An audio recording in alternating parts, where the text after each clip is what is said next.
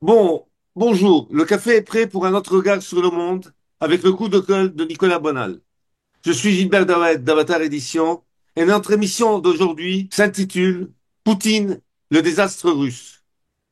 Comme d'habitude, avant de commencer, un rappel du triptyque de YouTube, d'Odyssée et de X. N'oubliez pas de cliquer sur s'abonner, suivre sur X, la cloche des notifications et sur le pouce vers le haut.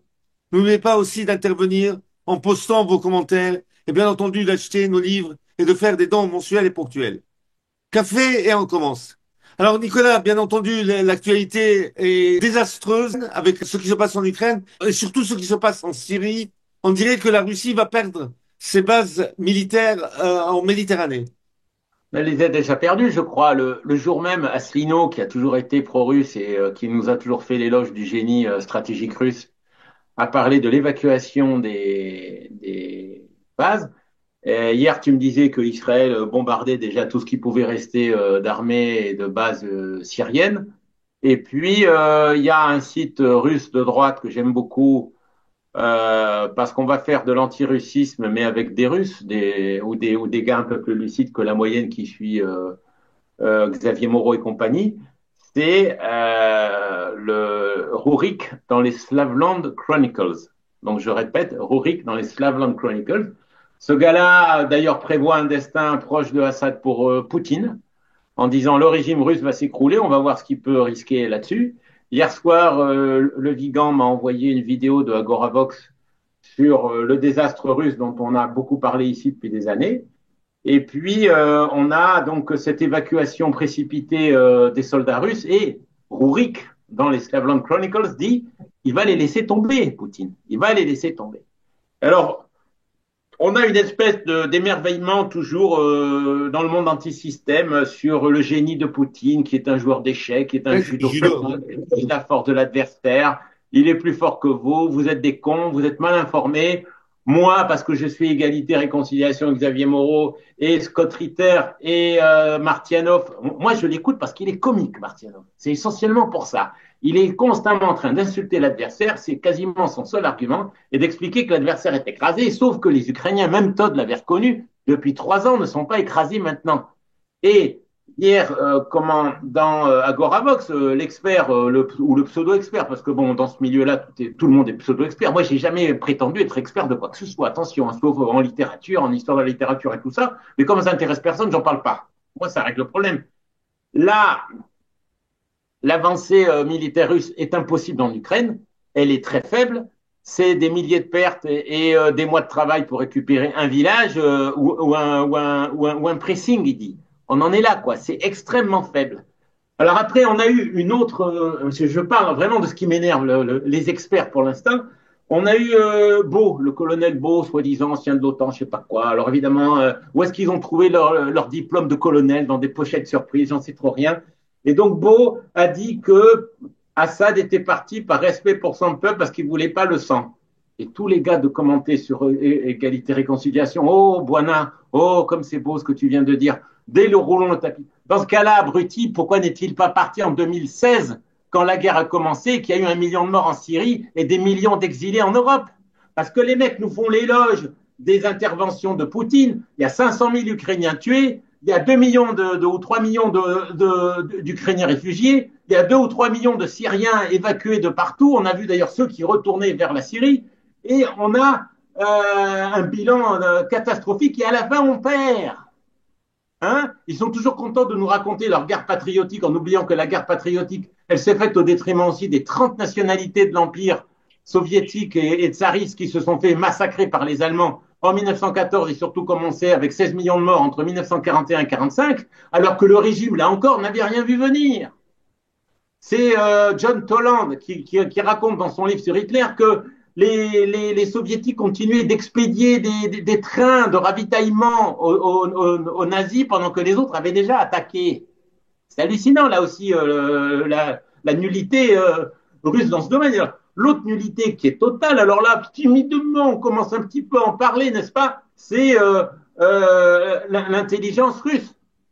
Quand ils ont attaqué l'Ukraine en 2022, ils pensaient que les Ukrainiens étaient tous pro-russes. Ils avaient lu Lucien Cerise, n'est-ce pas? Donc, Les Ukrainiens sont des Russes sous hypnose et tout ça, on va le guérir très vite.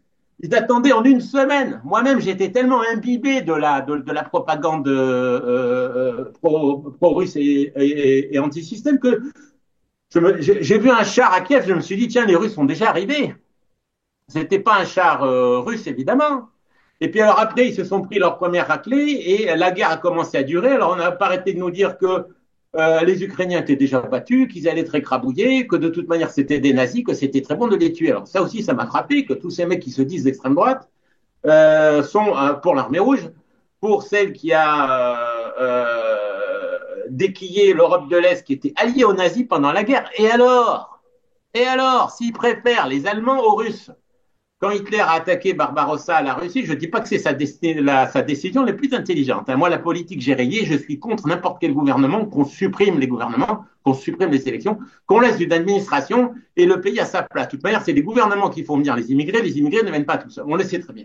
Et c'est les deux gouvernements qui déclenchent les guerres. Mais bon, on a eu tout un tas de catastrophes qui se sont succédées avec cette histoire russe. Et puis, les gens dans le milieu se sont aveuglés. Comme je le disais il y a 5 minutes, Scott Ritter, Martianov, je ne sais plus quel an passé, avait décrété il y a 2 semaines que la Syrie et la Russie allaient balayer les rebelles. On attend Mais, toujours.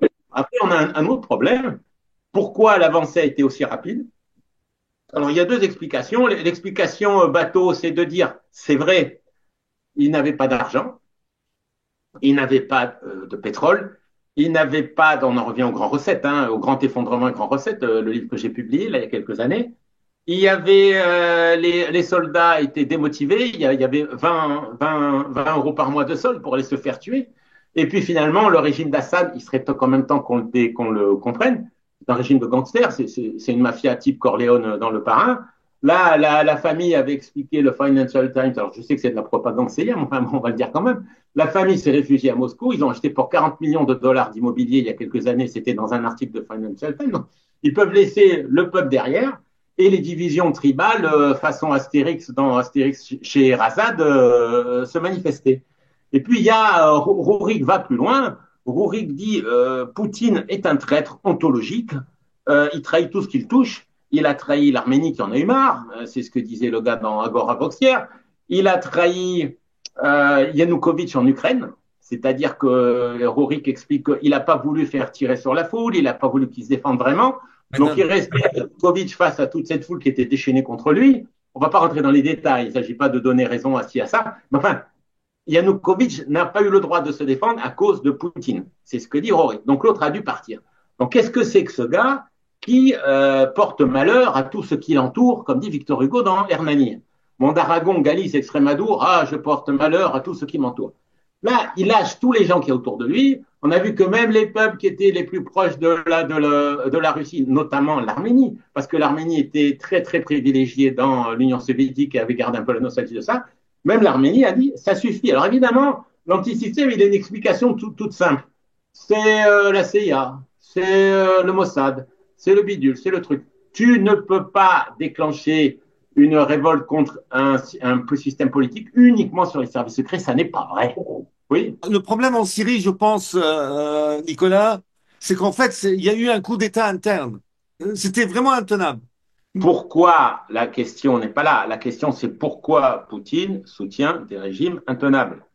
Mais il y C'est a tout. aussi autre chose. Le problème que Poutine et les antisystèmes nous sortent toujours comme justification la géopolitique.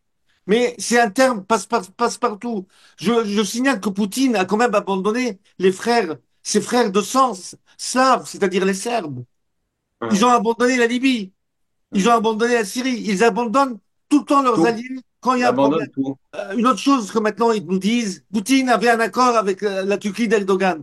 Mais Erdogan a quand même abattu un avion russe en 2015.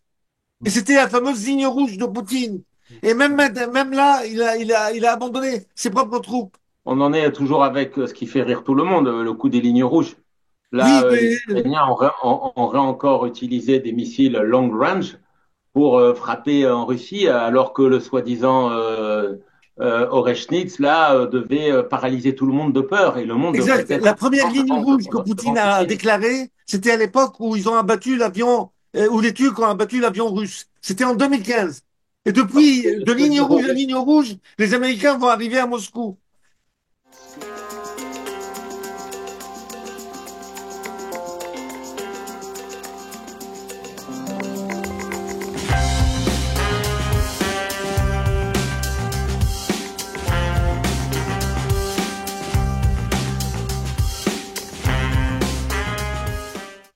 ce que dit Rourik, c'est que il donne les S-400 aux Turcs, mais pas aux Iraniens. Alors là, je voudrais savoir ce qu'ont à dire les pro-Poutine, ou les courriers des stratèges, ou les ceci, cela. On a eu aussi Messan qui nous a annoncé cet été la chute d'Israël et la disparition de l'État d'Israël. Ouais, Israël est Messan à 20 kilomètres de Damas. qui est la caricature de l'agent syrien et qui se retrouve complètement humilié, le bec dans l'eau. Mais attention, ces gars-là, ça ne va pas les arrêter. Alors justement, là-dessus, ils continueront de pérorer sur les plateaux télé anti-système. On a un livre qui s'appelle, en espagnol, c'est Equivocados, en anglais, c'était Wrong. C'est d'un juif américain, très sympa, un art comme je les aime, David Friedman. Et alors, c'est pourquoi les experts se trompent toujours et comment savoir ne pas se fier à eux. Alors nous, on a toujours dit, bon, moi la télé, je la regarde pas. Je sais pas pourquoi les mecs s'énervent sur LCI ou tout ça. Après, on me dit que LCI, ça fait que 1%. Alors il faut croire qu'il y a que les antisystèmes qui regardent la télé, quoi. Non, mais franchement, hein, ton Pagnol ou un autre Beaufond, ils sont tout le train de nous dire que la télé ou Béchade, qui nous expliquait que la bourse allait s'effondrer pendant 20 ans, puis la bourse elle est à 50 000 maintenant, le Dow Jones, parce que là aussi on peut en parler, hein, de tous les gaffes, de tous les Delamarre qui nous parlaient acheter de l'or, la bourse va s'écraser. La bourse américaine, elle a fait 5000% depuis le début des années 80.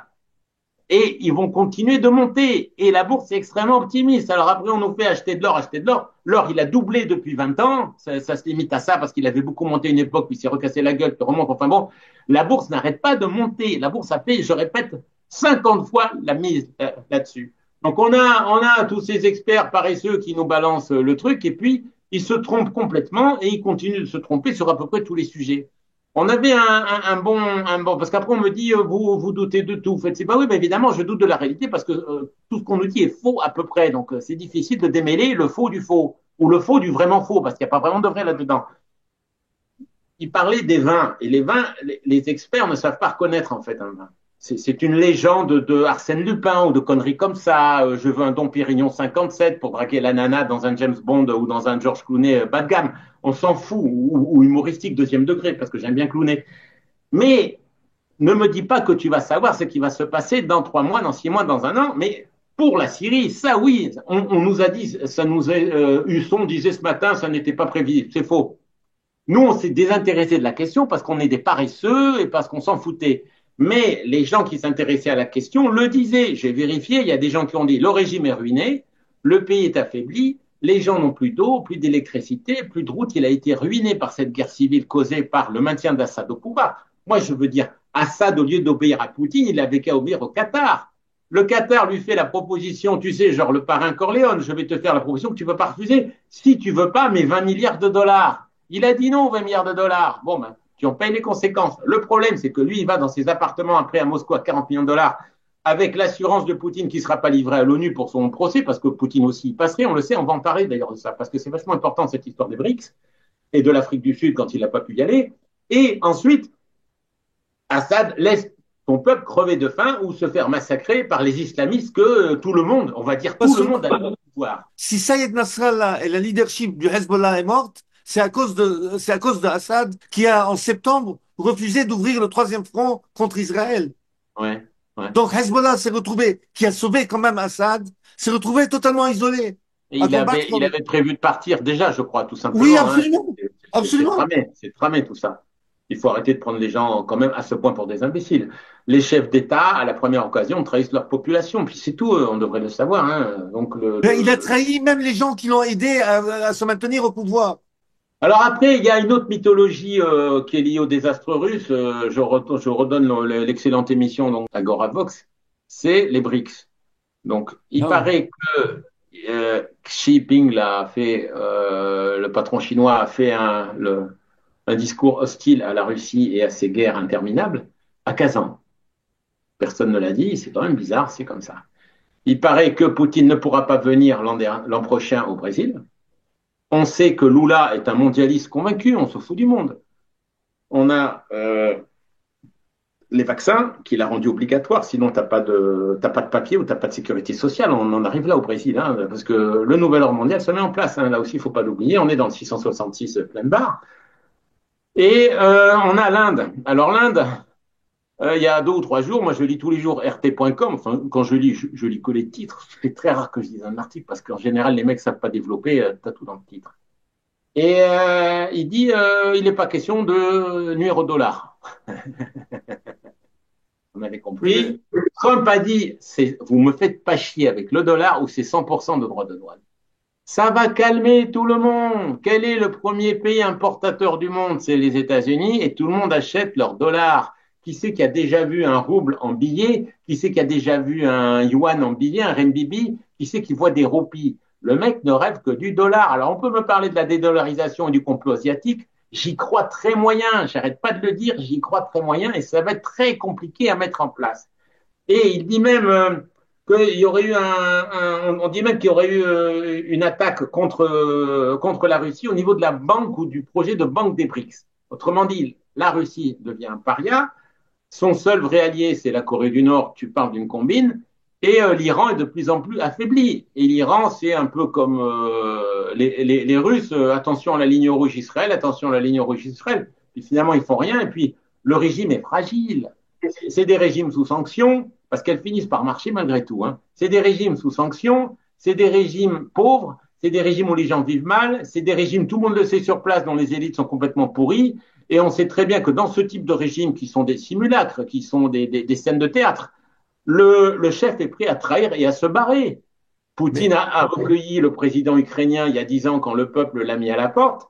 Et il a recueilli Assad quand le peuple l'a mis à la porte. Et puis il n'y a personne qui est allé se battre pour Assad. Il faut quand même se mettre dans la tête ce que c'est que de soutenir des dictateurs. On n'en est pas encore là en France. Hein. On n'en est pas encore là en France. Oui. Nicolas, mais tu sais, deux choses. Le grand mythe que les sanctions ne fonctionnent pas. Mais en réalité, elles sont lentes, mais elles fonctionnent. Regarde Cuba. Tous les pays qui ont été sanctionnés à terme sont très faibles ou ils n'arrivent pas à s'en sortir. C'est quand même On en incroyable. revient toujours à Sun Tzu, parce que tout le monde aime citer Sun Tzu, c'est il faut gagner la guerre avant de la mener. L'axe de la résistance est une espèce d'invention médiatico. Et puis, ce que tu disais tout à l'heure aussi, c'est vrai, la géopolitique, on en parlait une fois avec Olivier de Molner, c'est un jeu. D'ailleurs, c'est comme ça que c'est présenté par Kipling, The Great Game, le grand jeu contre les Russes déjà au Moyen-Orient, en Orient avec l'Afghanistan et tout ça. Ça n'est pas très sérieux. Et alors, quand tu es face à un adversaire qui a de tels arguments que les États-Unis, parce que la réalité du monde qu'on a, elle est américaine. Je veux dire, j'ai fait la puissance apocalyptique sur les États-Unis. Et en fait, dans Apocalypse, il y aurait 2 mots. Il y a l'aspect qui peuvent répandre la destruction, c'est vrai, mais il n'y a pas que ça, parce qu'il y en a d'autres qui répandent la destruction, confère Poutine, qui ne sait faire que ça finalement.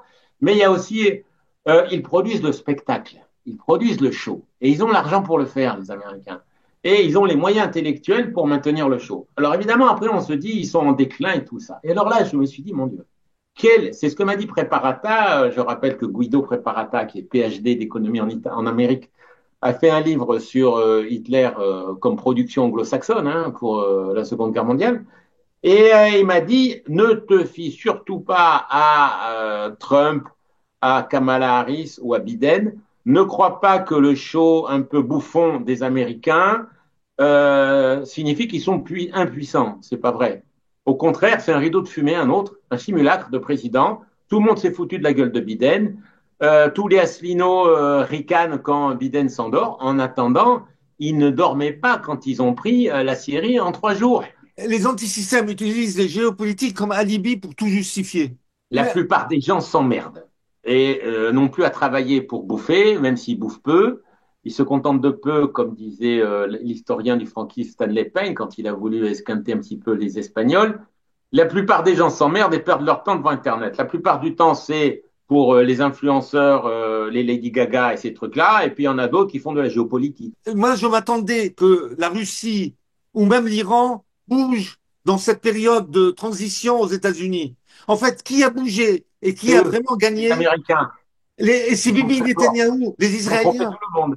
Ils avaient un Les débile Israéliens. mental Biden, ils avaient une débile mentale Kamala, ils avaient un président en transition Trump, et c'est eux qui ont pris le pouvoir. Et chapeau bas pour les Israéliens qui ont eu Oui, une victoire stratégique sur oui. tous les fronts. Ils ont gagné à Gaza, ils Il ont n'est gagné au pas. Liban, Bravo, ils ont bravo. gagné en Syrie. C'est chapeau bas à Bibi Netanyahou Ouais. et je me trouve à le dire. Et les Israéliens ont fait tout cela avec la bénédiction de 80% des musulmans qui sont sunnites. Et on a eu l'excellent article de l'anglais Craig Murray qui expliquait que les sunnites préfèrent s'allier aux sionistes que supporter les chiites. Ils veulent la destruction des chiites et ils se foutaient de Gaza. Ça fait très longtemps, on le sait, que les autres peuvent bombarder tout ce qu'ils veulent de population civile à Gaza. Tout le monde s'en fout, c'est comme ça. Et on se tourne les pouces. Bon, ben, continuez de tourner vous les pouces, hein, comme dirait Sartre dans Huis clos. En tout cas, voilà, c'est un désastre. Oui, le On désastre est en russe train est de vivre un total et désastre. puis ça va mal se terminer. Je rappelle que le rouble est à 110 pour un euro alors qu'il était à 40 il y a quelques années et qu'ils ont des taux d'intérêt à 20% quand même, qui étranglent totalement l'économie avec 30% à rembourser si tu achètes une maison. Donc quand on dit qu'il y a une croissance en Russie, on se moque du monde. Il n'y a que l'État qui lance des dépenses énormes militaires pour soutenir l'économie, puis parce que Poutine a complètement raté son plan, c'est clair maintenant, et il a foutu son régime dans une voie de guerre éternelle contre l'Occident qui terminera par son effondrement. Maintenant, Mais c'est écrit. si j'étais Poutine, je ferais gaffe. Il pourrait finir comme Slobodan Milosevic devant un tribunal, hein. Non, il va finir en Corée du Nord, En Corée du Nord, oui. réfugié politique chez l'autre clown, ça sera encore plus drôle. Ben voilà, mais ça va être la parole de la fin. Ouais. Merci et à la prochaine. Merci, Nicolas. Ciao. Why experts are wrong.